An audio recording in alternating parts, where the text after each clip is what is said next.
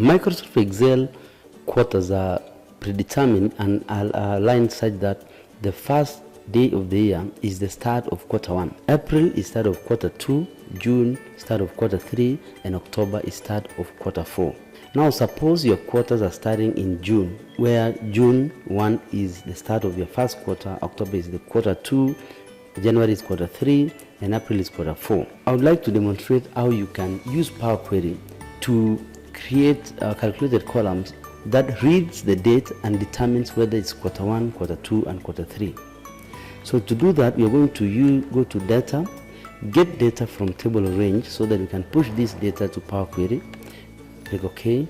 This loads the Power Query editor. Once you're on Power Query, I can format this back to a date because it's showing me date and time. First, I'm going to add a month column. So I'll come back here and add month so that I get months 1, 2, 3 to 12.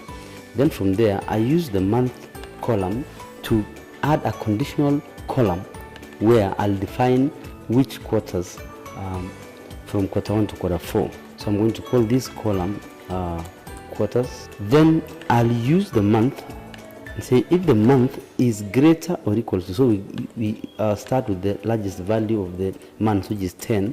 If it's 10, then October is my quarter 2.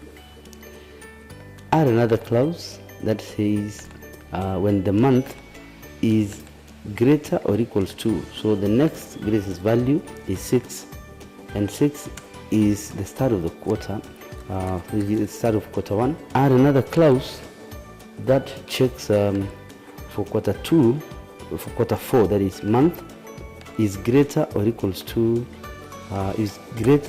4, then that will be quarter 4.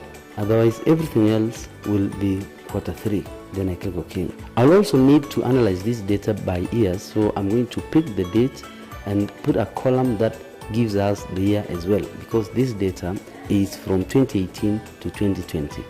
Then once I'm done, I have my columns. I now load back this data to Microsoft Excel. So close and load. Now I can comfortably insert a pivot table where I'm going to group my data by year, the quarters, and the sales amount. So I'll pick the year, bring it on the columns, quarters on the rows, then the sales amount comes down here. So I can get the years and the quarters. Or I can also bring in the years up here to get a different view. Thanks for watching.